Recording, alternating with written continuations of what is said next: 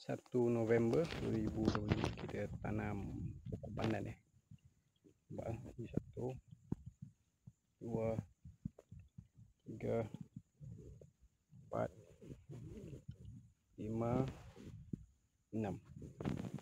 Tanam dekat, nampak ada punca air. Kawasan ni macam berpaya sikit.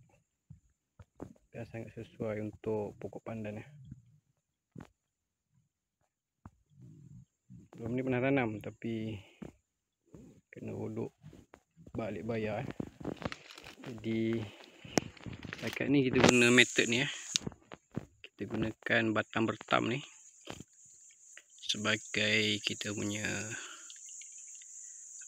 mengelak serangan babi. Sebab dia ada duri ni.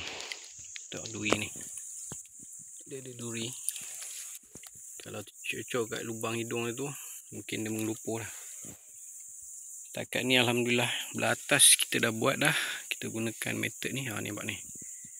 Nampak ada cocok kat tangan ni. Aduh. Setakat ni okey lah. Dia memberi kesan lah. Kita boleh guna pakailah metod ni. Kita letak batang bertam keliling ni.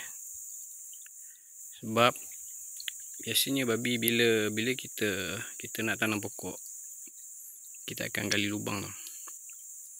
Jadi kesan galian tu memudahkan kerja dia untuk cari cacing. Jadi dia akan pergi dekat kesan galian tu. Sebenarnya dia bukan makan pokok tu, tapi bila dia gali-gali dengan mulut dia terungkas sekali kita punya pokok tu lah. Jadi dia memang kesan galian kita menggali tu dia menyebabkan dia akan memudahkan kerja dia. Jadi dia cari kat situ lah. Hari ni kita tanam 6 rumpun. Minggu depan kita tengok dia punya ni okey ke tak. Harap-harap dia berkesan lah metod ni. Setakat ni kita dah guna okey lah. Belah atas kita tanam anak pokok jambu dan pokok koko. Alhamdulillah berjaya. Dia bertahan lah. Dia boleh survive.